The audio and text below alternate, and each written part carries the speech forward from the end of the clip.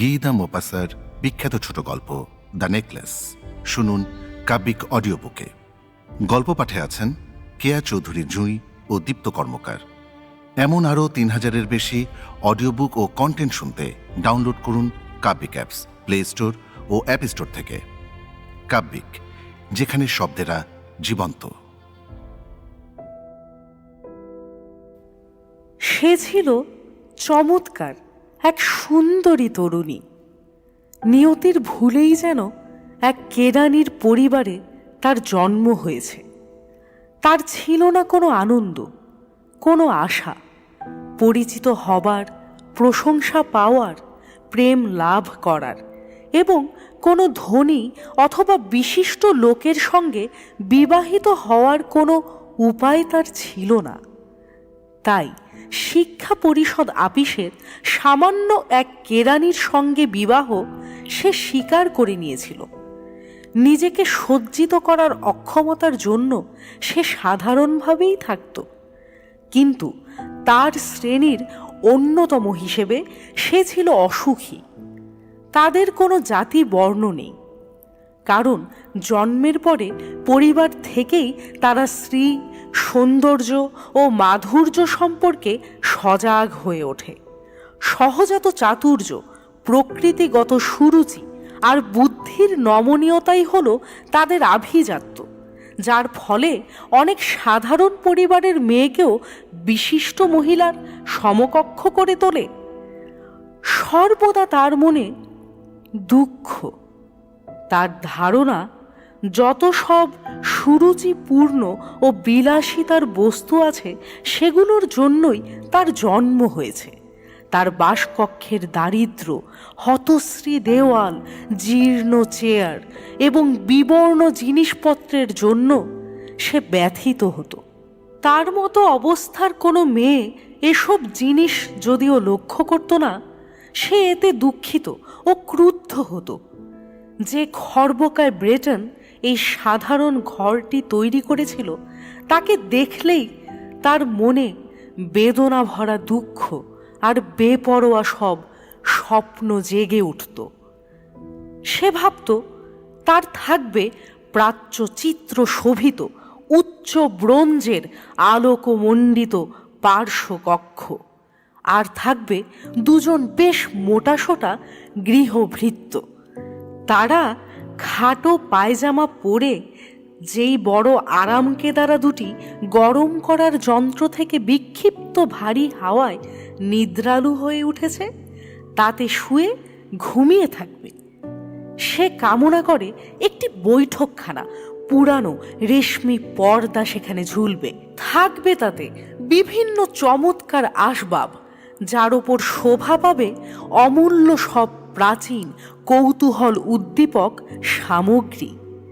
যেসব পরিচিত ও আকাঙ্ক্ষিত পুরুষ সব মেয়েদের কাম্য, সেসব অন্তরঙ্গ বন্ধুদের সঙ্গে বিকাল 5টায় গল্পগুজব করবার জন্য ছোট্ট সুরভিত একটি কক্ষ সেখানে থাকবে।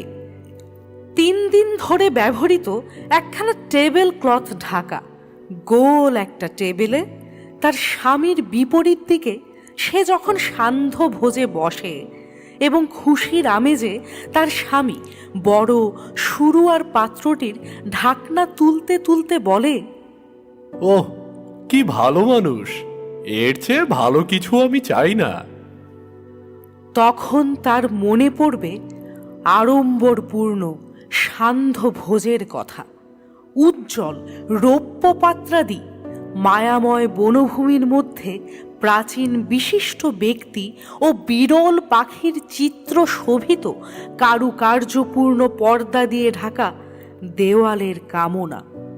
সে ভাবে অপরূপ পাত্রে পরিবেশিত হবে অপূর্ব খাদ্য, আর গোলাপি রঙের রোহিত মাছের টুকরা, অথবা মুরগির পাখনা খেতে খেতে মুখে সিংহ মানবীর হাসি নিয়ে কান পেতে শুনবে চুপি চুপি বলা প্রণয় লীলার কাহিনী।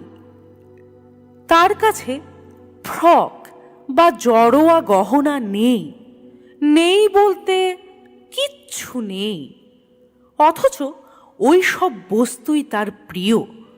তার ধারণা ওইসবের জন্যই তার সৃষ্টি। সুখী করার, কাম্য হওয়ার, চালাক ও প্রণয় যাচিকা হবার কতই না তার ইচ্ছা। তার কনভেন্টের সহপাঠিনী এক ধনী বান্ধবী ছিল। তার সঙ্গে দেখা করতে তার ভালো লাগতো না, কারণ দেখা করে ফিরে এসে তার খুব কষ্ট লাগতো। বিরক্তি, দুঃখ, হতাশা ও নৈরাশ্যে সমস্ত দিন ধরে সে কাঁদত। এক সন্ধ্যায় হাতে একটি বড় খাম নিয়ে বেশ উল্লসিত হয়ে তার স্বামী ঘরে ফিরল। সে বলল, এই যে তোমার জন্য একটা জিনিস এনেছি। মেয়েটি তাড়াতাড়ি খামটি ছিঁড়ে তার ভেতর থেকে একখানা ছাপানো কার্ড বের করল। তাতে নিচের কথাগুলি মুদ্রিত ছিল। জনশিক্ষামন্ত্রী ও মাদাম জর্জ রেম্পান্নু আগামী 18 জানুয়ারি সন্ধ্যায় তাহাদের নিজ বাসগৃহে মসিয়ে ও মাদাম লইসেলের উপস্থিতি কামনা করেন। তার স্বামী যেমন আশা করেছিল তেমন ভাবে খুশি হওয়ার পরিবর্তে মেয়েটি বিদ্বেষের ভাব নিয়ে আমন্ত্রণ লিপিখানা টেবিলের ওপর নিক্ষেপ করে বীর বীর করে বলে, ওখানে নিয়ে তুমি আমায় কি করতে বলো? কিন্তু লক্ষ্মীটি, আমি ভেবেছিলাম এতে তুমি খুশি হবে।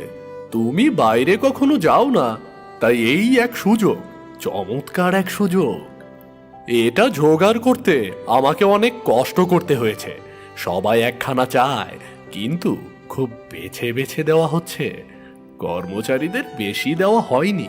সেখানে তুমি গোটা সরকারি মহলকে দেখতে পাবে। বিরক্তির দৃষ্টিতে তার দিকে তাকিয়ে মেয়েটি অধীরভাবে বলে উঠল, ওই ঘটনার মতো একটি ব্যাপার কি পড়ে আমি যাব বলে তুমি মনে করো? সে ওই সম্পর্কে কিছু ভাবেনি, তাই সে বিব্রতভাবে বলে, কেন? আমরা থিয়েটারে যাবার সময় তুমি যে পোশাকটা পরো সেটা পরবে। ওটা আমার কাছে খুব সুন্দর লাগে। তার স্ত্রীকে ফুপিয়ে ফুপিয়ে কাঁদতে দেখে সে আতঙ্কে নির্বাক ও হতবুদ্ধি হয়ে গেল।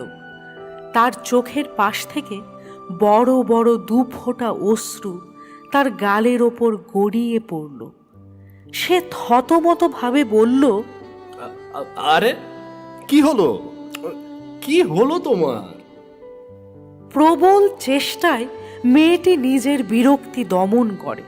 তার সিক্ত গণ্ড মুছে ফেলে শান্ত কণ্ঠে জবাব দেয়, কিছুই না, শুধু আমার কোনো পোশাক নেই বলে আমি ওই ব্যাপারে যেতে পারবো না।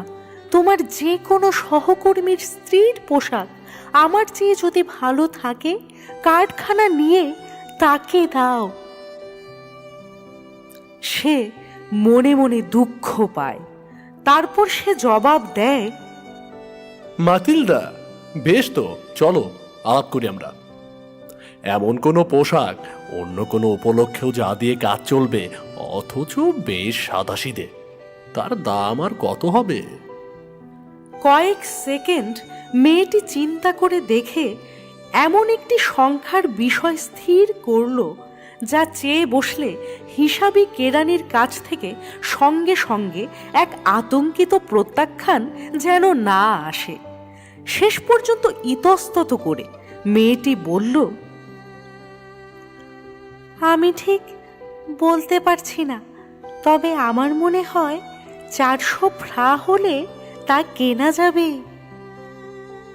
শুনে তার মুখ ম্লান হয়ে গেল, কারণ তার যেসব বন্ধু গত রবিবারে নান্তিয়ারের সমভূমিতে ভরত পাখি শিকারে গিয়েছিল, আগামী গ্রীষ্মে তাদের সঙ্গে যোগ দেওয়ার ইচ্ছায় একটি বন্দুক কিনবার জন্য ঠিক ততটা অর্থই সে সঞ্চয় করেছিল। তা সত্ত্বেও জবাব দিল, বেশ তো, আমি তোমায় 400 ফ্রা দেব, কিন্তু বেশ সুন্দর একটি পোশাক কিনে নিও। বল নাচের দিন যতই এগিয়ে আসতে থাকে ততই মাদাম লুইসেলকে বিচলিত ও উদ্বিগ্ন মনে হয়। অবশ্য তার পোশাক প্রায় তৈরি হয়ে এসেছে। একদিন সন্ধ্যায় তার স্বামী তাকে বলল, তোমার হয়েছে কি? গত 2-3 দিন ধরে তোমার কাজকর্ম কেমন যেন অদ্ভুত ঠেকছে আমার। শুনে মেয়েটি জবাব দেয়, আমার কোনো মণিমুক্তা, একটি দামি পাথর কিছুই নেই যা দিয়ে আমি নিজেকে সাজাতে পারি। আমায় দেখলে কেমন গরিব গরিব মনে হবে, তাই এই অনুষ্ঠানে আমার না যাওয়াই ভালো হবে। স্বামী বলল, কিছু সত্যিকার ফুল দিয়ে সাজতে পারো, এই ঋতুতে তাতে বেশ সুরুচিপূর্ণ দেখায়। 10 ফ্রা দিলে তুমি অন্তত 2 থেকে 3টি গোলাপ ফুল পাবেই পাবে। মেয়েটি ওই কথায় আশ্বস্ত হলো না। সে জবাবে বলল, না, ধনী মেয়েদের মাঝখানে পোশাকে পরিচ্ছদে ওই রকম খেলো দেখানোর মতো আর বেশি কিছু অপমানজনক নেই। তখন তার স্বামী চেঁচিয়ে উঠল, আচ্ছা, কি বোকা দেখতে আমরা! যাও, তোমার বান্ধবী মাদার ফোর্স্টিয়ারের সঙ্গে দেখা করে তাকে বলো তার জড়োয়া গহনা যেন তোমায় ধার দেয়। এটুকু আদায় করার তো তার সঙ্গে তোমার পরিচয় যথেষ্ট। সে আনন্দ ধ্বনি করে উঠল। তারপর সে বলল, সত্যি তো, এটা আমি ভাবিনি। পরদিন সে তার বান্ধবীর বাড়িতে গিয়ে তার দুঃখের কাহিনী তাকে বলল। মাদাম ফোর্স্টিয়ার তার কাচের দরজা লাগানো গোপন কক্ষে গিয়ে বড় একটি জড়োয়া গহনার বাক্স বের করে এনে তা খুলে বলল, ভাই, যা ইচ্ছা এখান থেকে নাও। সে প্রথমে দেখল কয়েকটি কঙ্কন, তারপর একটি মুক্তার মালা ও মণিমুক্তা খচিত চমৎকার কারুকার্য ভরা একটি সোনার ভিনিশার ক্রুশ। আয়নার সামনে গিয়ে সে জড়োয়া গহনাগুলি পরে পরে দেখে আর ইতস্তত করে, কিন্তু ওগুলি নেওয়ার সিদ্ধান্ত করতে ছেড়ে যেতেও পারে না। তারপর সে জিজ্ঞাসা করে, আর কিছু তোমার নেই? কেন, আছে, তোমার যা পছন্দ তুমি তা বেছে নাও। হঠাৎ সে কালো স্যাটিনের একটি বাক্সে দেখল অপরূপ একখানা হীরার হার। অদম্য কামনায় তার বুক দূর দূর করে। সেটা তুলে নিতে গিয়ে তার হাত কাঁপে। সে তার পোশাকের উপর দিয়ে সেটা গলায় তুলে নেয় এবং সেগুলো দেখে আনন্দে বিহ্বল হয়ে যায়। তারপর উদ্বেগ ভরা ইতস্ততভাবে সে জিজ্ঞাসা করল, তুমি ওইখানা আমায় ধার দেবে? শুধু এটা? কেন দেব না, নিশ্চয়ই দেব। সে সবেগে তার বান্ধবীর গলা জড়িয়ে ধরে, পরম আবেগে তাকে বুকে চেপে ধরে। তারপর তার সম্পদ নিয়ে সে চলে আসে। বল নাচের দিন এসে গেল। মাদাম লুইসেলের জয় জয়কার। সে ছিল সবচেয়ে সুন্দরী, সুরুচিময়ী, সুদর্শনা, হাস্যময়ী ও আনন্দপূর্ণ। সব পুরুষ তাকে লক্ষ্য করছিল। তার নাম জিজ্ঞাসা করে তার সঙ্গে আলাপের আগ্রহ প্রকাশ করছিল। মন্ত্রিসভার সব সদস্যের তার সঙ্গে ওয়ার্ল্ডস নৃত্য করতে ইচ্ছা হচ্ছিল। স্বয়ং শিক্ষামন্ত্রী তার দিকে দৃষ্টি দিচ্ছিলেন। আনন্দে মত্ত হয়ে আবেগ ও উৎসাহ নিয়ে সে নৃত্য করছিল। তার রূপের বিজয় গর্বে, সাফল্যের গৌরবে সে আর কিছুই ভাবে না। এক আনন্দের মেঘের ওপর দিয়ে যেন ভেসে আসছিল এই সব আহুতি ও মুগ্ধতা আর জাগ্রত সব কামনা। যে কোনো মেয়ের অন্তরে এই পরিপূর্ণ বিজয় কত মধুর। ভোর 4টার দিকে সে বাড়ি ফিরে গেল। অন্য সেই 3জন ভদ্রলোকের স্ত্রী খুব বেশি ফুর্তিতে মত্ত ছিল। তাদের সঙ্গে তার স্বামী ছোট্ট একটি বিশ্রাম কক্ষে মধ্যরাত্রি পর্যন্ত আধ ঘুমে বসেছিল। বাড়ি ফিরবার পথে গায়ে জড়াবার জন্য তারা যে 8 পৌরে সাধারণ চাদর নিয়ে এসেছিল, সে তার কাঁধের ওপর সেটি ছড়িয়ে দেয়। বল নাচের পোশাকে অপরূপ সৌন্দর্যের সঙ্গে ওইটির দারিদ্র সুপরিস্ফুট হয়ে উঠেছিল। মেয়েটি তা অনুভব করতে পারে। তাই অন্য যেসব ধনী মেয়ে দামি পশমি চাদর দিয়ে গা ঢেকেছিল, তাদের চোখে না পড়বার জন্য সে তাড়াতাড়ি এগিয়ে যেতে লাগলো। লুইসেল তাকে টেনে ধরে বলল, থামো, তোমার ঠান্ডা লেগে যাবে ওখানে, আমি একটা গাড়ি ডেকে আনি। কিন্তু মেয়েটি কোনো কথায় কান না দিয়ে তাড়াতাড়ি সিঁড়ি বেয়ে নামতে থাকে। রাস্তায় যখন তারা পৌঁছে গেল, সেখানে কোনো গাড়ি পাওয়া গেল না। তারা গাড়ির খোঁজ করতে করতে দূরে কোনো একখানাকে দেখে তার গাড়োয়ানকে ডাকতে থাকে। হতাশ হয়ে কাঁপতে কাঁপতে তারা সিন নদীর দিকে হাঁটতে থাকে। শেষ পর্যন্ত যে পুরাতন একখানা তারা পায়, তা হলো সেই নিশাচর 2 যাত্রীর গাড়ি, যা প্যারিতে সন্ধ্যার পর লোকের চোখে পড়ে, তার একখানা, যেই দিনে এইগুলি নিজের দুর্দশা দেখাতে লজ্জা পায়। ওইখানি তাদের মার্টার স্ট্রিটে ঘরের দরজা পর্যন্ত নিয়ে গেল। তারা ক্লান্তভাবে তাদের কক্ষে গেল। মেয়েটির সব কাজ শেষ, কিন্তু স্বামীর ব্যাপারে তার মনে পড়ল যে 10টায় তাকে আপিসে গিয়ে পৌঁছাতে হবে। নিজেকে গৌরবমণ্ডিত রূপে শেষ একবার দেখার জন্য সে আয়নার সামনে গিয়ে তার গলার চাদরখানা খোলে। হঠাৎ সে আর্তনাদ করে উঠল। তার হাড়খানা গলায় জড়ানো নেই।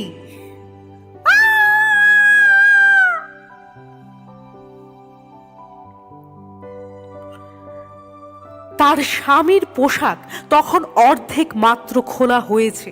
সে জিজ্ঞাসা করল, কি হয়েছে? উত্তেজিতভাবে মেয়েটি তার দিকে ফিরে বলল, আমার কাছে মাদাম ফোর্স্টিয়ারের হারখানা নেই। আতঙ্কিতভাবে সে উঠে দাঁড়ালো। কি বললে? তা কি করে হবে? এটা সম্ভব নয়। পোশাকের ও বহির্বাসের ভাঁজের মধ্যে, পকেটে, সব জায়গায় তারা খোঁজ করে, কিন্তু তা পাওয়া গেল না। স্বামী জিজ্ঞাসা করল, ওই বাড়ি থেকে চলে আসবার সময় তা যে গলায় ছিল, তোমার ঠিক মনে আছে? হ্যাঁ, আমরা যখন বিশ্রাম কক্ষ দিয়ে বেরিয়ে আসছিলাম, তখনও তা ছিল, আমার খেয়াল আছে। কিন্তু তুমি যদি ওটা রাস্তায় হারাতে, ওটা পড়বার শব্দ শোনা উচিত ছিল। গাড়ির মধ্যেই নিশ্চয়ই পড়েছে মনে হয়। হ্যাঁ, সম্ভবত তাই। তুমি গাড়ির নম্বরটি টুকে নিয়েছিলে। না, আর তুমি কি তা লক্ষ্য করেছিলে? না। হতাশ ভাবে তারা একে অপরের দিকে তাকিয়ে থাকে। শেষ পর্যন্ত লুইসেল আবার পোশাক পরে নিল। সে বলল, আমি যাচ্ছি, দেখি যতটা রাস্তা হেঁটেছিলাম সেখানে কিছু খুঁজে পাওয়া যায় কিনা। তারপর সে গেল। মেয়েটি তার সান্ধ্য গাউন পরেই রয়ে গেল। বিছানায় শুতে যাবার শক্তি তার নেই। কোনো উচ্চাসা বা ভাবনা ছাড়াই সে একখানা চেয়ারে গা এলিয়ে পড়ে রইল। সকাল 7টার দিকে তার স্বামী ফিরে এলো। কিছুই সে খুঁজে পায়নি। সে পুলিশের কাছে ও গাড়ির আপিসে গিয়েছিল এবং পুরস্কার ঘোষণা করে একটা বিজ্ঞাপনও দিয়ে এসেছে। সে যথাসাধ্য করে এসেছে বলে তাদের মনে কিছুটা আশা হলো। ওই ভয়ানক বিপর্যয়ে মেয়েটি সারাদিন এক বিভ্রান্ত অবস্থায় কাটালো। সন্ধ্যাবেলা যখন লুইসেল ফিরে এলো, তখন তার মুখে যন্ত্রণার মলিন ছাপ। কিছুই সে খুঁজে পায়নি। সে বলল, তোমার বান্ধবীকে লিখে দিতে হবে যে হারখানার আংটাটা তুমি ভেঙে ফেলেছ, তাই তা তুমি মেরামত করতে দিয়েছ। তাতে আমরা ভেবে দেখবার সময় পাবো। তার নির্দেশ মতো মেয়েটি লিখে দিল। 1 সপ্তাহ শেষ হওয়ায় তারা সব আশা ত্যাগ করল। বয়সে 5 বছরের বড় লুইসেল ঘোষণা করল, ওই জড়োয়া গহনা ফেরত দেবার ব্যবস্থা আমাদের করতে হবে। পরদিন যেই বাক্সে ওটা ছিল, তার ভেতরে যেই স্বর্ণকারের নাম ছিল, তার কাছে তারা সেটা নিয়ে গেল। সে তার খাতাপত্র ঘেঁটে বলল, মাদাম, ওই হারখানা আমি বিক্রি করিনি, আমি শুধু বাক্সটা দিয়েছিলাম। তারপর তারা সেই হারটির মতো হার খোঁজ করার জন্য তাদের স্মৃতির ওপর নির্ভর করে এক স্বর্ণকার থেকে অন্য স্বর্ণকারের কাছে যেতে থাকে। দুজনেরই শরীর বিরক্তি ও উদ্বেগে খারাপ হয়ে গেছে। প্যালেস রয়েলে তারা এমন এক হীরার কণ্ঠহার দেখল, সেটা ঠিক তাদের হারানো হারের মতো।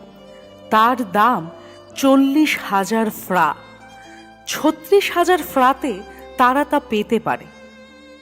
3 দিন যেন ওটা বিক্রি না করে, সেজন্য তারা স্বর্ণকারকে বিশেষভাবে অনুরোধ করল। তারা আরও ব্যবস্থা করল, যদি ফেব্রুয়ারি মাস শেষ হওয়ার আগে ওই হারটি খুঁজে পাওয়া যায়, তারা এটা ফেরত দিলে 34,000 ফ্রা ফেরত নিতে পারবে। লুইসেলের কাছে তার বাবার মৃত্যুর পরে প্রাপ্ত 18,000 ফ্রা ছিল। বাকিটা সে ধার করল। মাদাম লুইসেল যখন জড়োয়া গহনা মাদাম ফোর্স্টিয়ারকে ফেরত দিতে গেল, তখন শেষোক্ত মেয়েটি নির্জীব কণ্ঠে বলল, এটা আরো আগে তোমার ফেরত দেওয়া উচিত ছিল, কারণ তা আমারও দরকার হতে পারত। তার বান্ধবী যদিও ভয় করেছিল, তবুও সে তেমনভাবে গহনার বাক্সটি খুলল না। যদি বদলে দেয়া হয়েছে সে টের পেত। সে কি মনে করত? সে কি বলতো? সে কি তাকে অপহারক ভাবত? এবার মাদাম লুইসেল দারিদ্র্যের জীবনের ভয়াবহতা বুঝতে পারে। সে তার নিজের কাজ সম্পূর্ণ সাহসের সঙ্গেই করে যায়।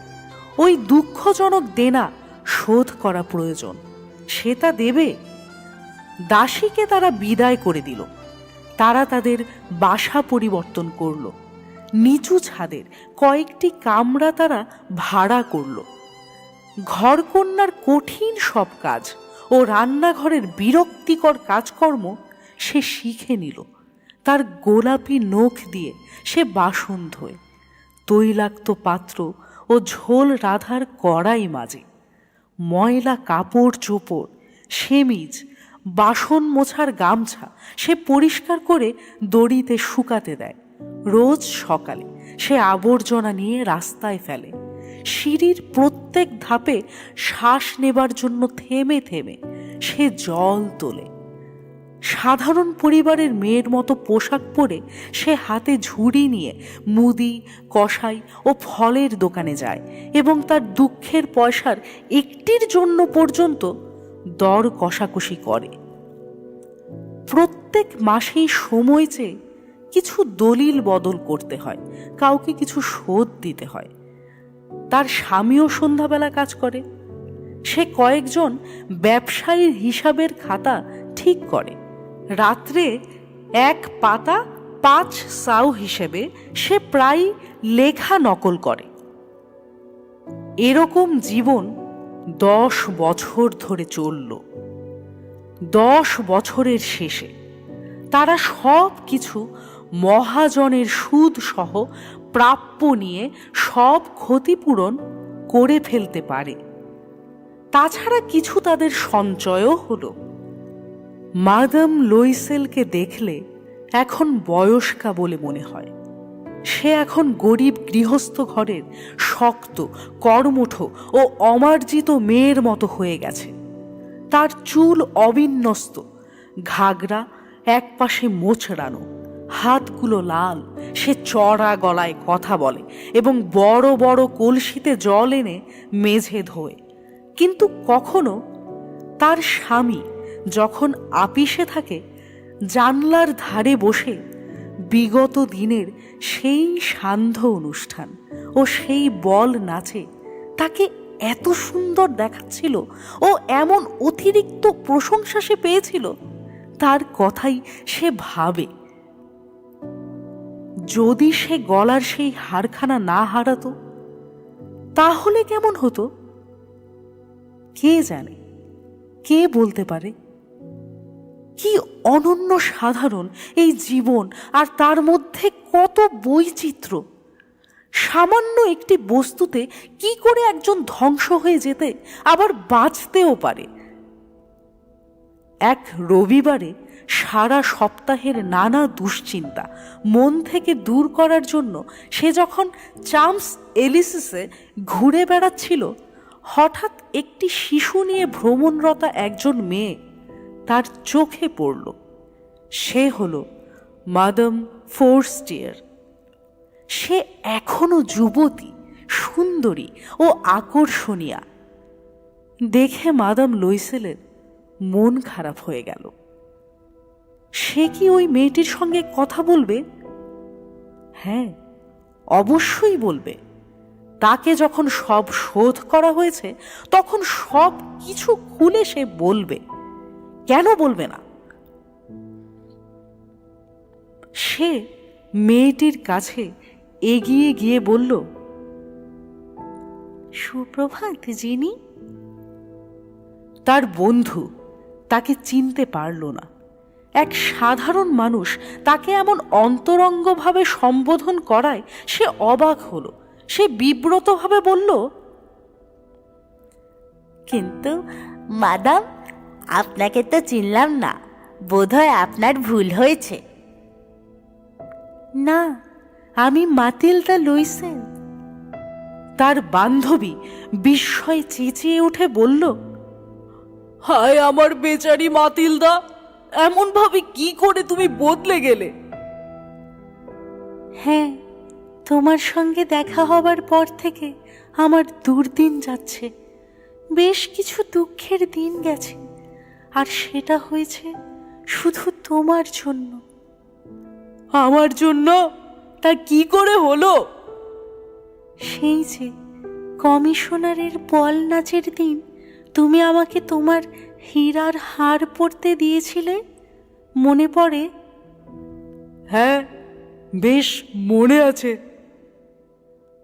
কথা হচ্ছে সেখানে আমি হারিয়ে ফেলেছিলাম। কি বলছো তুমি? কি করে তা আমায় তুমি ফেরত দিয়েছিলে? ঠিক সেখানার মতো একটি তোমাকে আমি ফেরত দিয়েছিলাম। তার দাম দিতে 10 বছর লেগেছে।